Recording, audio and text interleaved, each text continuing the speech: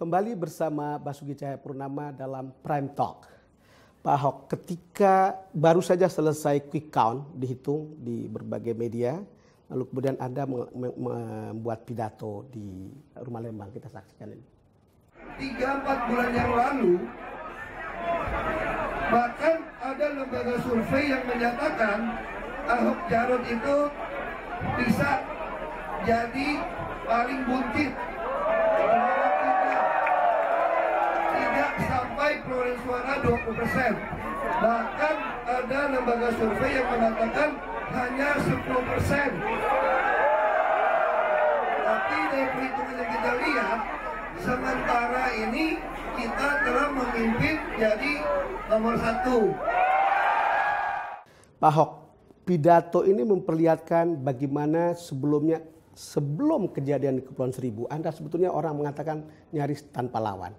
Setelah kejadian itu Anda kemudian turun jauh. Lalu kemudian sampailah pada pidato Anda di sini bahwa sebetulnya angka ini adalah angka yang optimistik pada saat itu. Karena sudah turun, bahkan Anda mengatakan 10%, lalu kemudian naik jadi 42-43%. Artinya sebetulnya ini bukan langkah mudah, bukan?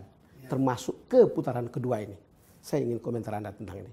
Ya, mari kita lihat aja. Kalau kita lihat dari survei kan tren kan makin naik. Betul. Artinya kalau kita terjemahkan di bahasa survei, warga DKI yang tadinya bisa menerima saya, betul, katakan 55-60%. Angka kepuasan kerja saya di atas 70%, 70-75. Lalu kita di survei, orang ini bisa terima saya kira-kira ya katakanlah hampir 55-60%. Atau dia bilang 60% lebih. Nah lalu kemudian tiba-tiba drop, terutama untuk umat muslim. Umat muslim yang tadi mau pilih saya 45-50%, tiba-tiba anjlok, habis tidak mau milih, tinggal berapa persen. Lalu kemudian kita survei lagi, terakhir dia hanya capai 30% yang mau pilih. Nah ini yang membuat kita perolehan seperti itu. Nah sekarang kita tinggal seperti lewat sidang-sidang, ahli pidana kan mengatakan kalau mau tahu niat orang itu harus melihat kehidupan sehari-hari. Betul. Nah sekarang masyarakat mulai melihat di mana dalam kehidupan saya dari kecil sampai usia setengah abad ini, saya pernah memusuhi Islam atau pernah menghina Nabi, menghina masjid, menghina agama. Di mana ada? Bahkan saya pun ikut melakukan, misalnya zakat.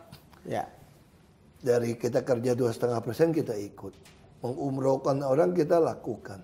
Oh, makanya begini, sebelum kita ke 19 April, kita kan lihat, ini ada statement dari pendukung Anda sebenarnya, Jan Farid ya. Sebetulnya kan ada beberapa daftar yang juga memperlihatkan, yang sudah beredar di sosmed ya. Bahwa Anda sudah buat ini, entah masjid raya, entah masjid di balai kota, kemudian mengumrohkan sejumlah petugas masjid di sini dan seterusnya kan. Ini coba kita lihat Jan Farid.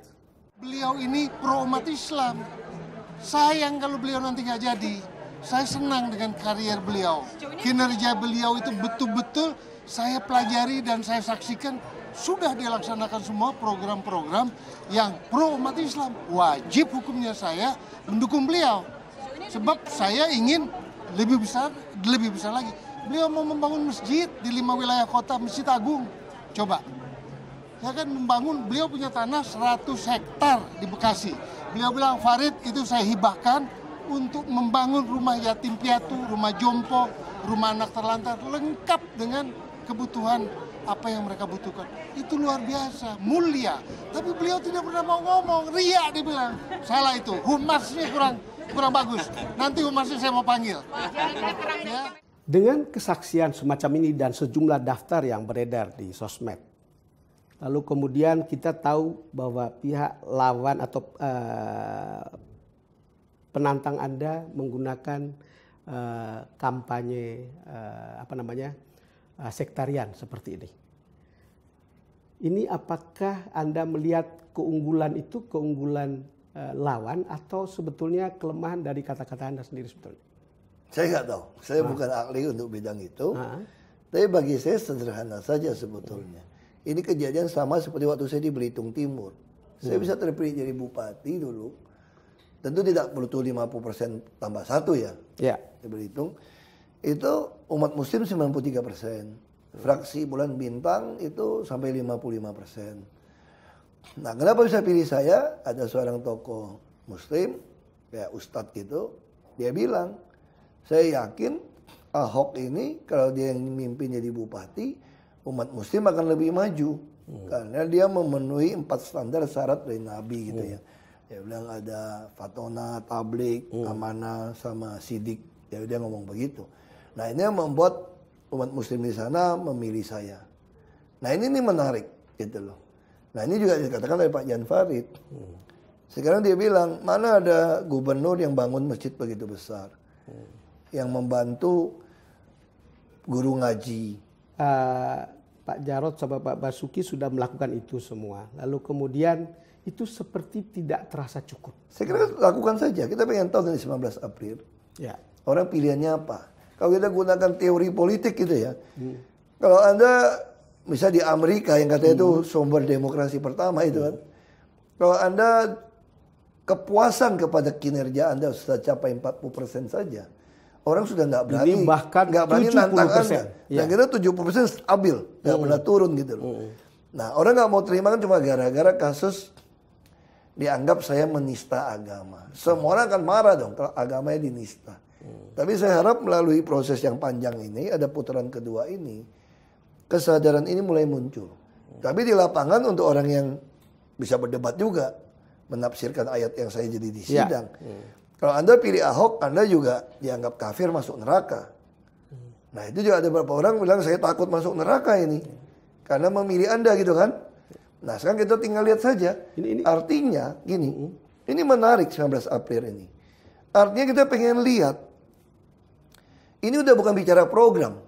Kalau Anda bicara program, Anda akan pilih saya kembali kok. Pak Ahok, pernah nggak merasa misalnya bagaimana kemudian statement Anda di Kepulauan Seribu itu sampai kemudian membuat perjalanan Anda seperti sekarang ini? Saya nggak pernah mau pikirkan. Saya percaya segala sesuatu di bawah kontrol pemeliharaan Tuhan.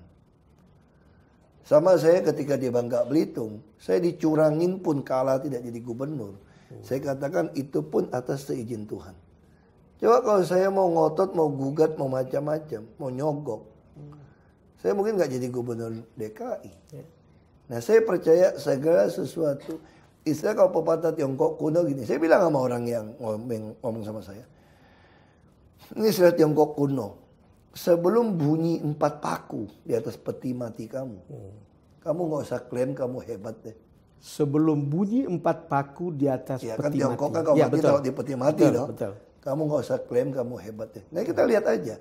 Kebenaran pasti muncul kok. Kayak film-film koboi aja kan. Ya. Jagoan menang terakhir kok. Pak Ahok, kita break lagi. Pemirsa, kami akan segera kembali.